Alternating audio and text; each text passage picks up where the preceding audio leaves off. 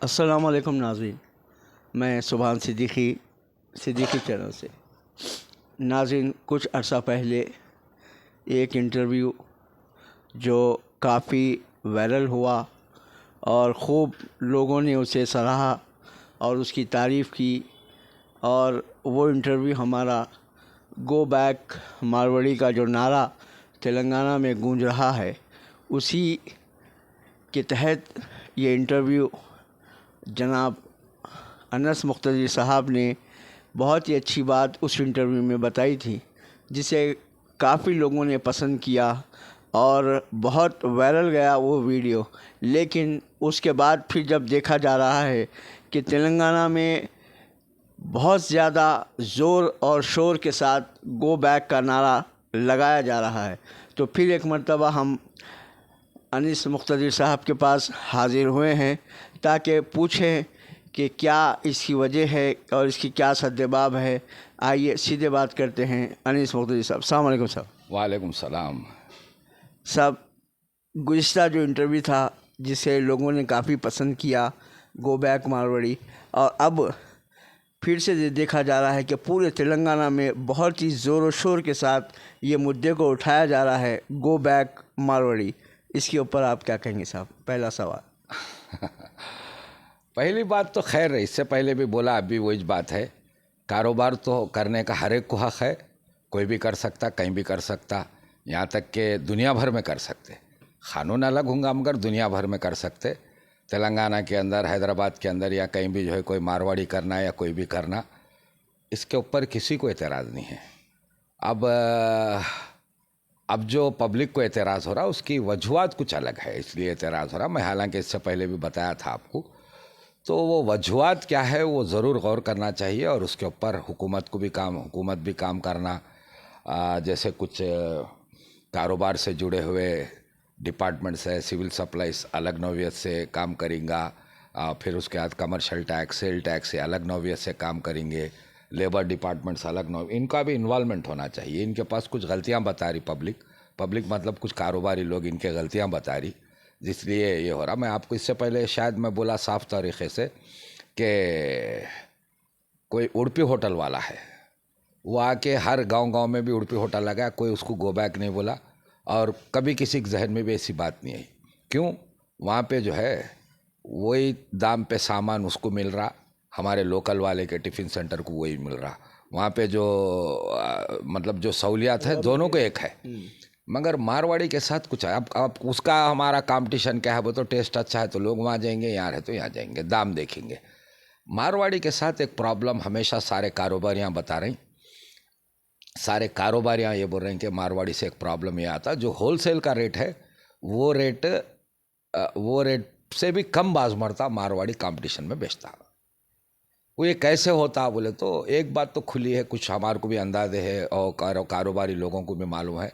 ये लोग एक समाज बनाए जिसकी वजह से क्या होता कि बड़े बड़े जो कंपनी से बड़े बड़े इनके अपने लॉबीज है वहाँ पे, जिस वजह से इनको जो दाम आता किसी और को नहीं आता। एक बात वो हो गई।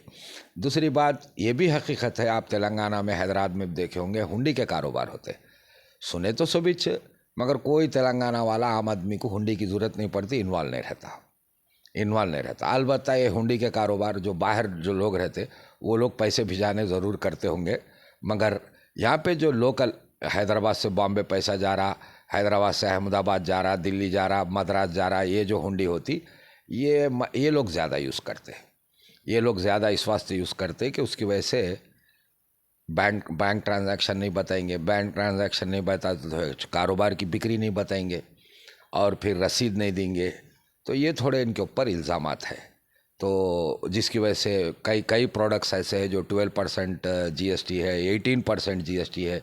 एक आदमी आपको जो होलसेल का रेट मिल रहा उससे भी कम मिला रहा और आप होलसेल रेट से भी नहीं बेच सक रहे, उससे कम उसका दाम है। ये एक परेशानी हो गई। और एक आदमी जो है इतना शातिर है, इतना प्लान्ड है कि 12 और 18% जो भी GST लग रही वो सारी की सारी बचा दे रहा, तो अब उन कैसे भी उन आपको जो है बीट कर देंगे, आपको जो है पीछे कर देंगे। तो पुराने बड़े बड़े कारोबारियाँ, तजुर्बेकार कारोबारियाँ खैर कई कम्युनिटियां हैं, मगर हमारे पास क्या होता है, वैश्या कम्युनिटी को कारोबारी कम्युनिटी समझते हैं हम। मतलब जो FMGC है इसमें तो वो लोगों कुछ हम समझते, जितने भी किराना है, कपड़े की दुकाना है, या ऐसे जितने भी स्टील शॉपां हैं, ये सब वो लोग ज़्यादा मेंटेन करते समझते। उनका एक नाम है कारोबारी कम्युनिटी बोल के। वो लोग बाप दादा के ज़माने से करने वाले भी इनको टक्कर नहीं ले सक रहे, इनके सामने ये नहीं कर सक रहे। तो इससे बहुत बड़ा फ़र्क कारोबार पे पड़ रहा, कोई भी दुकान बच रही नहीं, ये बड़ा इल्ज़ाम है उनके ऊपर। इसकी वजह ये बताते। और दूसरी बात क्या होता, अक्सर ये बात भी सही है कि हम जब भी न्यूज़ देखें कुछ डुप्लीकेट की बात आती, तो वहाँ पे 10 केस अगर डुप्लीकेट के हुए तो 8-9 मारवाड़ियों के ऊपर ही निकलते हैं। तो ये लोग कुछ चीज़ों के वास्ते पीछे नहीं हटते, और उससे क्या हो रहा, बड़ी मुश्किल हो जा रही। इसलिए क्या हो रहा कि ये जो है, हालांकि कारोबार कर सकते हैं, सबको मालूम है, सबको मालूम है। अगर फीलिंग निकालेंगे, मारवाड़ी नहीं आना तो कल बोलेंगे हैदराबाद को जो है महमनगर वाला नहीं आना, निज़ामबाद वाला नहीं आना, नलगुंडा नहीं आना, नलगुंडे जो है खम्मम वाला नहीं आना। ये चलने वाली बात नहीं होती, ये है भी नहीं। और फिर हकीकत भी है, जैसा अमेज़ान है, यहाँ पे आके है, हम कभी गो बैक नहीं बोलेंगे, हम ये बोलेंगे, शुक्रिया बोलेंगे। क्यों? हमारे बच्चों को एम्प्लॉयमेंट दे रहा, हमारे पास सर्विस कर रहा, तो ये अच्छी भी बात है। हम और एक काम क्या करेंगे, डेवलपमेंट बनेंगे। मगर मारवाड़ी से क्या हो रहा, आपका एग्जिस्टिंग बिजनेस खराब हो रहा, आपका एग्जिस्टिंग। और तो और अब और भी कम्युनिटीज़ की बात ले लीजिए, जैसा उड़पी होटल वाले हैं, गांव-गांव पहुंच गए, थोड़ी देर के लिए सरदारजियों की बात ले लीजिए, सिंधियों की बात ले लीजिए, ये तेलंगाना के नहीं है, बाहर से ऐसे लोग हैं। ऐसे और भी थोड़े कम्युनिटीज़ है, गुजराती कम्युनिटी से थोड़े क्या है, बाहर से आए। मगर हो रहा क्या, ये लोग यहाँ के बड़े कारोबार में फिक्स है, तो कोई ऑब्जेक्शन नहीं होता। ये लोग क्या हो रहा, बिल्कुल कहीं कपड़े का बिजनेस, एक 10 कारोबारियाँ जम गए तो वहाँ जाके लोग डाल रहे हैं, 10 के 10 रोड पे आ जा रहे हैं। किराना बिजनेस है तो वहाँ चले जा रहे हैं, यहाँ तक के छोटे इलाकों को नहीं छोड़ रहे। भाई हैदराबाद की जैसी बड़ी जगह पे कुछ कारोबार करे, बड़े पैमाने पर करे, जैसा जो है यहाँ पे फ़ायदा हुआ, जैसा अमेज़ान आया तो फ़ायदा हो रहा।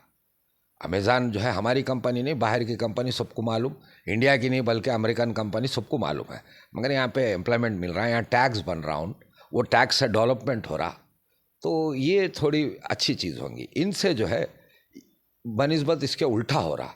और फिर दूसरा इल्ज़ाम भी इनके ऊपर ये है कि ये लोग अपने कारोबार के वास्ते क्या करते, एक फेज़ बनाते, वो वहाँ पे क्या करते, जिसका डोमिनेशन है, समझिए कहीं मुस्लिम बस्तियाँ हैं, मुसलमानों का डोमिनेशन है, तो वो लोग मुसलमानों के दोस्त बन के दूसरों के बारे में जहर भलते, ये इल्ज़ाम है। समझिए कहीं आला तबके का डोमिनेशन है, तो वहाँ जाके अरे इनको कहीं को आंधी, इनको हम चप्पल भी नहीं पहनने देते, ये नहीं करने देते, हमारे सामने आता नहीं, आप ऐसा कैसा। तो बहरहाल वहाँ पे क्या करते लोग, जहनी बिजी रखते, जिसको डिस्क्रिमिनेशन बोलिए या आइसोलेशन बोलिए या जो है इंटॉलरेंस बोलिए, ये ऐसी कुछ हरकतें करते बोल के इनके ऊपर एक मर्तबा कोई 20-25 साल पहले कमिश्नर साहब, अब खैर नाम की ज़रूरत नहीं है, वो एक बादफ्ता प्रेस मीट में बोले थे, ये जो नॉर्थ इंडियंस आ रहे हैं उनकी तरफ से हमारे पास हैदराबाद में तासुब फैल रहा बोल के बोले थे।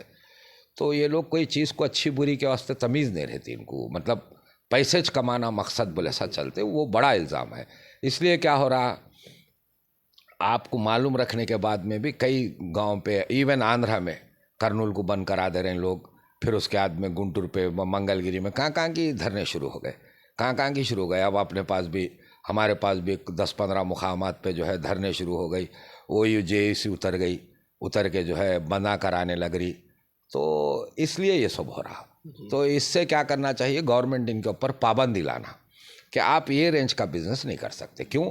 कोई नई बात नहीं है। हमारे पास जब पहला तेलंगाना एजिटेशन चला, दूसरा तेलंगाना एजिटेशन में तो हम सेकंड फेज में तो तेलंगाना हासिल कर लिए, पहला जब चला तो उस वक्त इंदिरा गांधी जो है ये तेलंगाना एजिटेशन को साइलेंट करने मुल्की सिस्टम लाई थी।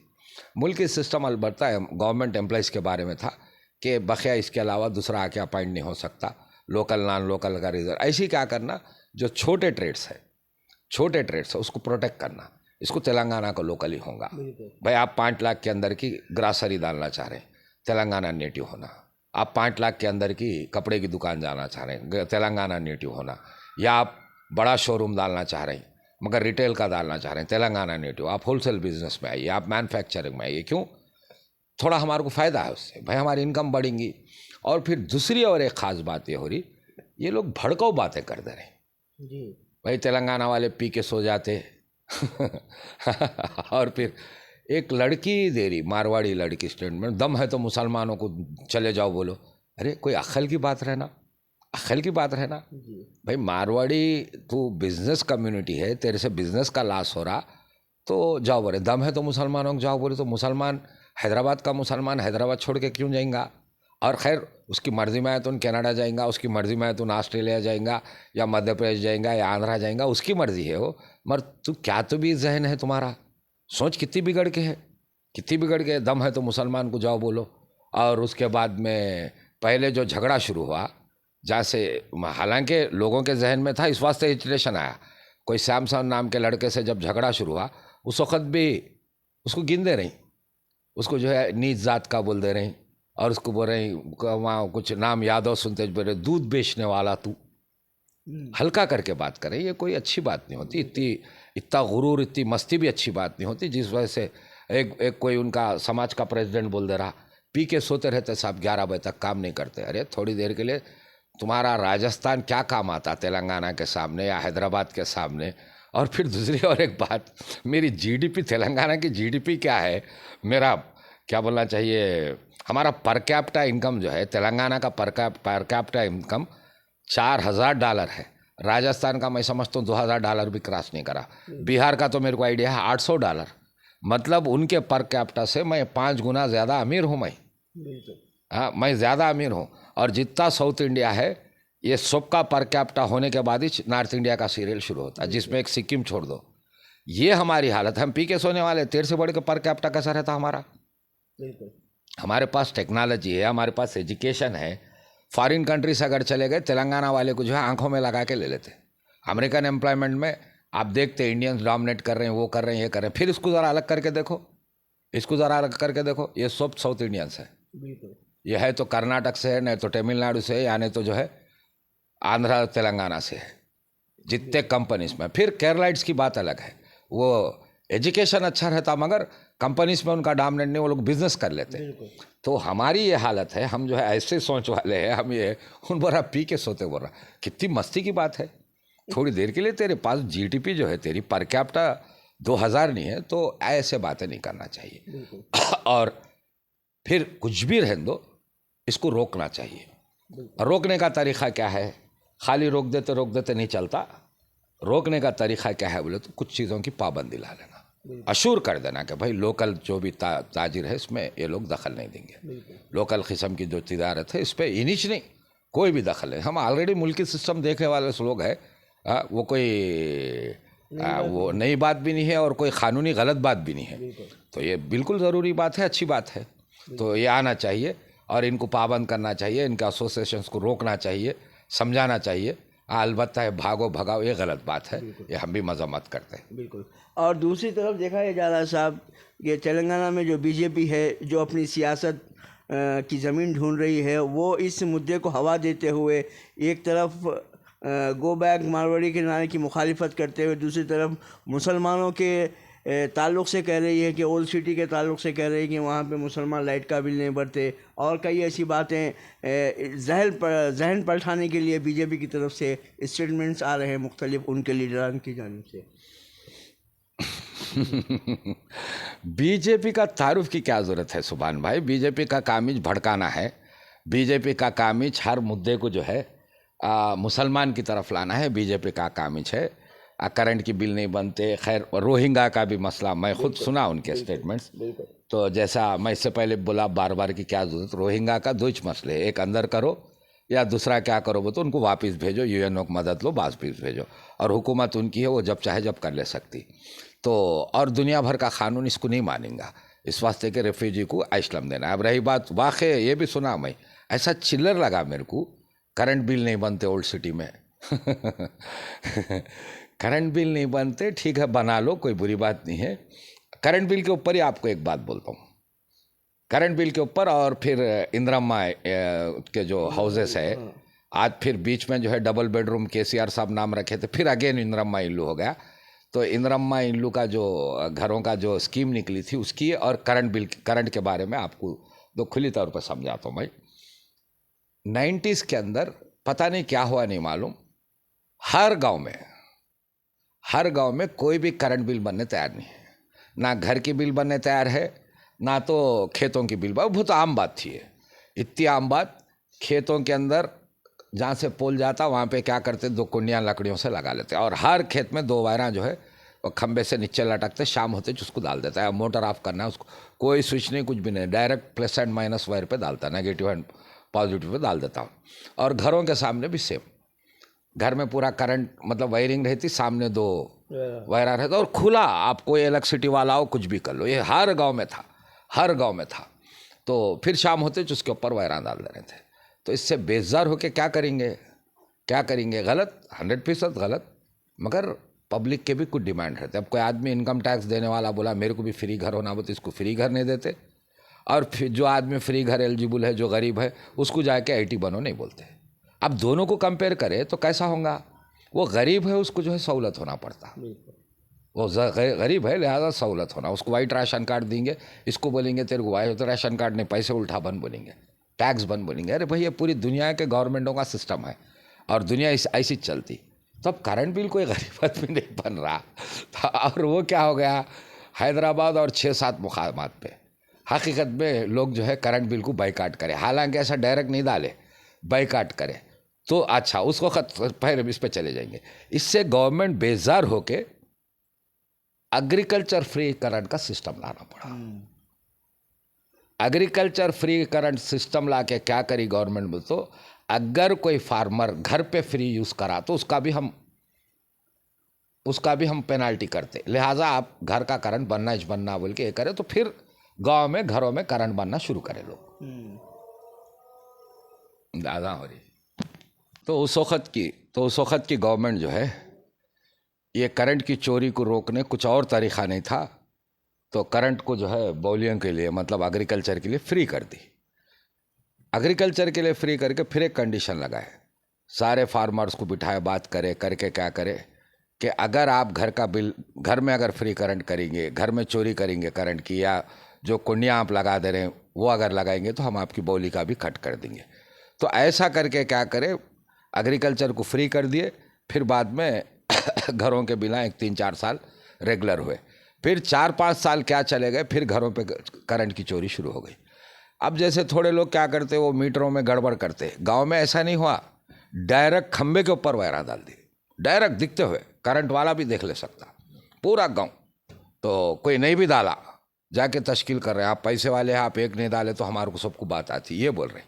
तो अब ऐसा हुआ भाई, थोड़ी देर के लिए गलत ज़रूर है, मगर पब्लिक के कुछ क्या रहते, एजिटेशंस रहते, गरीब आदमी के कुछ मांगा रहते, मांगा बाज मरतबा क्या रहते, वो तो थोड़ा आउट ऑफ द लॉ भी रहते, वो समझना। अब उसके बाद क्या हो गया, फिर घरों की करंट के डायरेक्ट वायरा डालना शुरू हो गए। ये फिर 6-7 साल से 7 साल 8 साल से शुरू हो गया। अब परसों में इलेक्शन देखे तो कांग्रेस वाले अपने मैनिफेस्टो में दे दिए 200 यूनिट फ्री, बस फ्री, 200 यूनिट फ्री, ये दे दिए। टीआरएस वाले हुकूमत में रह के क्या करे, करंट चोरी गलत है, हम कैसा लगाते बोल के लगाए। तो हुआ क्या, इनकी गवर्नमेंट चले गई, वो गवर्नमेंट आ गई। अब बीजेपी का कोई बेवकूफ़ आदमी है जो आज 1.5 साल से 200 यूनिट फ्री है, ऐसे वक्त करंट की चोरी बात कर रहा हो, तो ये बेवकूफ़ आदमी है। और इसका जहन जो है तासुब से कुप्पा होके है, तासुब का जहर इतना भड़ के है, 1.5 साल से आज करंट गरीब आदमी को फ्री है। और ओल्ड सिटी की बात कर रहा, तो ओल्ड सिटी गरीबों का है, अक्सर गरीब है। तो और फिर ओल्ड सिटी नहीं, कई और जगह है, तो इनको क्या करना है, अलग करके बताना है, खाली मुसलमान बोल के लाना है, ये तो बेवकूफ़ी है। या रोहिंगा बोलना है, जो अलग ही कानून है, उसके लिए अलग ही कानून है। अब ये मैं एक लड़की को भी देखा, जो मारवाड़ी लड़की, एक हिम्मत से बोल रही मुसलमानों को दम है, तो बोलो कितनी बेवकूफ़ बात है, कितनी बेकार की बात है। तो ये बीजेपी का काम है। अब क्योंकि मारवाड़ियों के साथ हमदर्दी करना उनको ज़रूरत है, बिकॉज वो लोग उनके फंडिंग वाले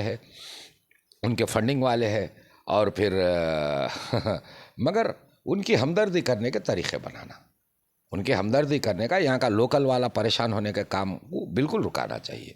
यहाँ तक कि बीजेपी की इतनी हमदर्दी है, चलिए शायद मैं इससे पहले भी बोला ये बात, कोई तेलंगाना वाला, क्या कोई आंध्रा वाला, कोई तमिलनाडु वाला, या कोई केरला वाला हिंदू से पकड़ के पूछो तो बीफ एक्सपोर्ट करता हो, तो नहीं करता हूँ, बिल्कुल नहीं करूँगा बोलेंगे। ये लोगों को कोई ये नहीं है। इन फिर क्या करेंगे, आके फौरी गौ रक्षा कमेटी बोल के बनाएंगा। एक तो मारवाड़ी को देखा मैं गौ मूत्र रक्षा करते, तो वो भी बनाएंगे, लंबा साड़ा बुट्टू लगाएंगे, पक्के हिंदू दिखने की कोशिश करेंगे, फिर इधर बीफ एक्सपोर्ट भी करेंगे। दो रुपये पॉलिसी। हाँ, बीफ एक्सपोर्ट भी करेंगे। और बीजेपी को उनकी बीफ एक्सपोर्ट में इनडायरेक्ट बीफ बैन करो बोलते हुए उनको इनडायरेक्ट मदद करना है। क्यों? गाय का दाम कम हो जाएगा, ये उनको एक्सपोर्ट में सहूलत होंगी। गाय का दाम कम होगा, थोड़ी देर के लिए बकरीद के अंदर गाय नहीं काटना, बैल काट ले सकते, तो बचे गाय कहाँ जाना। कई जगह ये इल्ज़ाम है गौ रक्षा के नाम से जो गौशाला बनाते एक ही दिन में खाली हो जाता कहते वो। अच्छा महीना भर 2 महीने हरा भरा भर के रहता, उसको चारा डालते रहते, फिर एक ही दिन में रातें रात पूरा गोश्त मतलब स्लैटर हो जाते, कहाँ जाते नहीं मालूम। ये इल्ज़ाम है उनके ऊपर। खैर मैं तो देखा नहीं, वो करते सो देखा नहीं, हमारे पास पक्का ठोस एविडेंस नहीं है, मगर वो तो वहाँ पे तो नहीं दिख रही। तो ये बड़ा इल्ज़ाम है। और फिर ये आम बात है, जब कभी भी वो क्या बोलते बीफ की बात आती तो मुसलमान आवाज़ उठाते और कुछ सेक्युलर लीडर्स भी आवाज़ उठाते, क्या एक्सपोर्ट करने वाले मुसलमान है बोल के उठाते। तो अब बोलो ये कौन है फिर? बीजेपी पहले वो करना, जाके जो है तेलंगाना की बात ला ले तो अल कबीर है, वो जाके रहो, कोई तेलंगाना वाले का नहीं होता वो कोई हमारा तेलुगु वाला हिंदू का नहीं होता, वो ये हिंदुओं का। तो ये रोकना चाहिए। तो अब बीजेपी की आदत है वो तो छोड़ दीजिए, उनको उनके बारे में क्या बोलना। अलबत्ता मारवाड़ियों को प्रोटेक्शन भी देना, फिर लोकल बिजनेस खराब नहीं ऐसा देखना, ये जो है यहाँ की हुकूमत का काम है। जी साहब, जैसा ये देखा जा रहा है कि तेलंगाना में गो मार्ग मारवाड़ी का नारा लगाया जा रहा है, ये आखिर लोग है कौन और ये तफरीक़ें पैदा करने की जो कोशिश की जा रही है? नहीं, ये बात जो है ऐसी नहीं है कि इसके पीछे कोई है। वो जी न्यूज़ में कुछ बीजेपी वाले बैठ के कम्युनिस्ट वाले डिवाइड कर रहे हैं, देश को तोड़ना चाह रहे हैं, हिंदू यूनिटी ख़त्म कर देना चाह रहे हैं। ये सब पागलों की जैसी बातें हैं, क्योंकि हिंदू यूनिटी का मतलब ये नहीं है कि सबका पर कैपिटा एक रहना, कोई करोड़पति नहीं रहना, कोई गरीब नहीं रहना, सबकी इनकम एक रहना। ऐसा नहीं होता, ऐसा नहीं होता। कोई दवाखाना है तो हिंदू का दवाखाना है तो हिंदू को फ्री में इलाज करो, ऐसा नहीं रहता। या हिंदू की दुकान है तो हिंदू को फ्री में दो, ऐसा नहीं रहता। तो दुनिया का एक उसूल है ना, हिंदू को रहता, ना मुसलमान को रहता, ना अरब कंट्री में रहता, ना क्रिश्चियन कंट्री में रहता, ना जुडाइज़म को मानने वालों में रहता, ना बुद्धिज़्म में रहता। ये बेवकूफ़ों जैसी बात है ये। तो वो जी न्यूज़ से हो रहा है। जी न्यूज़ में एक एंकर साहब भरत साहब बोल के है, वो पीछे पड़ गए इश्यूज़ को डाइवर्ट करना। फिर उसके बाद उसमें अलग अलग लोग बैठते, मगर एक बीजेपी का बैठ के रहता, देश के टुकड़े करना चाह रहे, हिंदुओं को ये करना चाह रहे, डिवाइड करना चाह रहे। पागलों जैसी बात है भाई। किसी मारवाड़ी की तरफ से किसी 4 दुकानों का जब लॉस हो रहा तो उसमें सुबह 6 और उसमें ज़्यादा तो हिंदू 6। अब जैसे मिसाल आपको नंदियाल की बात बोलता हूँ मैं। नंदियाल में क्या हुआ, एक मारवाड़ी सेल फोन की दुकान लगा के आज 4 या 5 साल हो गया। वहाँ पे कम से कम 40 दुकाना पैदल हो गए। तो परसों जैसे ये शुरू हुआ, एक 4 दिन पहले पूरे दुकाना वाले मिलके उसकी दुकान के सामने धरना शुरू करे, तो दुकान बंद कर बोल के। थोड़ी देर के लिए दुकान बंद करो, वाकई भी सही मांग नहीं होती, अच्छी मांग नहीं होती।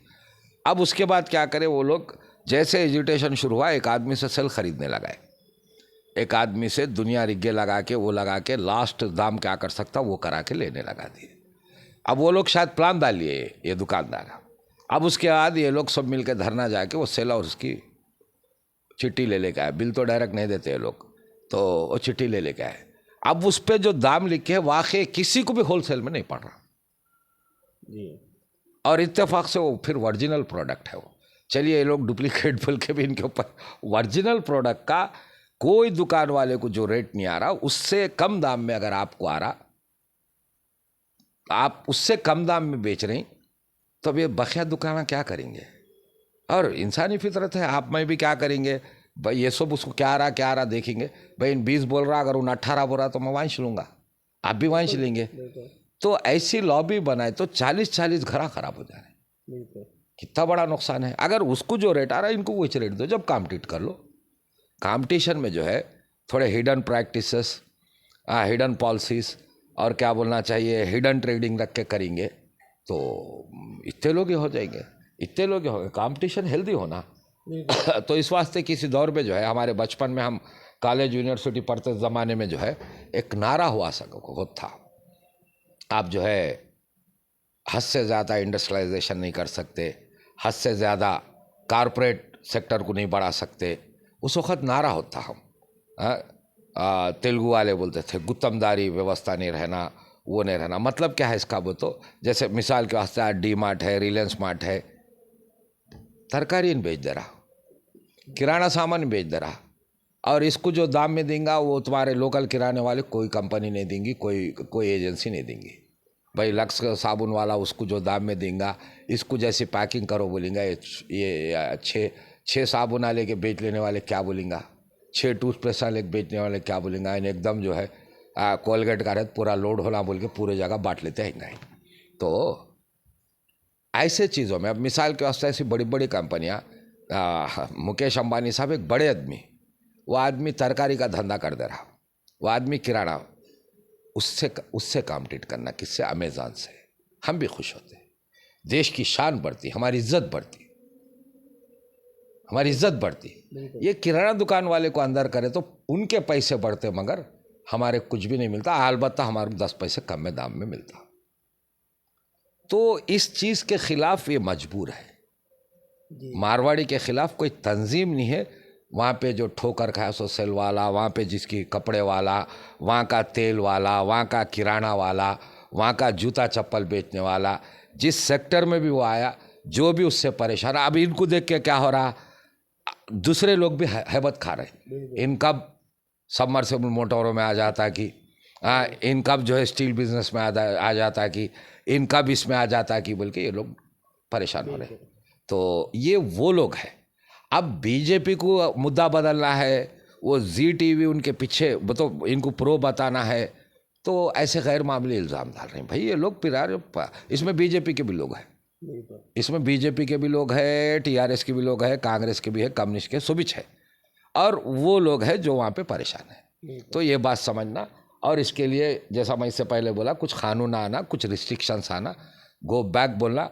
अभी भी बोल रहा हूँ मैं, हालांकि इनके ऊपर इतने इल्ज़ाम है तो भी गलत है, नहीं बोलना चाहिए, मगर साथ साथ में आदमी मजबूर जब रोड पे निकला तो हुकूमत को उतर के वादे कर देना कि हम ये करेंगे, हमारे को जो है 2 साल का टाइम होना, हम ये मुल्की सिस्टम लाएंगे, और टैक्स में जो है लोकल नॉन लोकल लाएंगे। नॉन लोकल को हम 2 रुपये, भाई मैं एक गाड़ी से 2 गाड़ी अगर ख़रीदने जाऊँगा तो मेरा टैक्स बढ़ जाएगा, रोड टैक्स। वैसे नॉन लोकल आके अगर यहाँ बिजनेस करेंगा तो उसकी जीएसटी 2 पैसे बढ़ के रहेंगी, उसकी लाइसेंस फीस इतनी रहेंगी। ये बातें आना, आके इनका प्रोटेक्शन होना। और फिर ज़र्रा भी डुप्लीकेट हुआ, और इवन होलसेलर भी इनको कुछ इंसेंटिव दे रहा जो बाजू वाले को नहीं दे रहा, तो हम उस पर पेनल्टी करेंगे, ये बातें आना। मगर गो बैक अभी बोल रहा हूँ, गलत है, नहीं बोलना चाहिए, मगर साथ में फिर ये प्रोटेक्शन ले लेना। जी शुक्रिया। तो गो बैक का नारा बिल्कुल गलत, लेकिन उसके साथ साथ प्रोटेक्शन की भी ज़रूरत। इंशाल्लाह फिर किसी एक अहम मौजू के साथ अनीस मुख्तदिर साहब से मुलाकात करेंगे। जब तक के लिए दीजिए इजाज़त। अस्सलाम वालेकुम वरहमतुल्लाहि वबरकातुहू।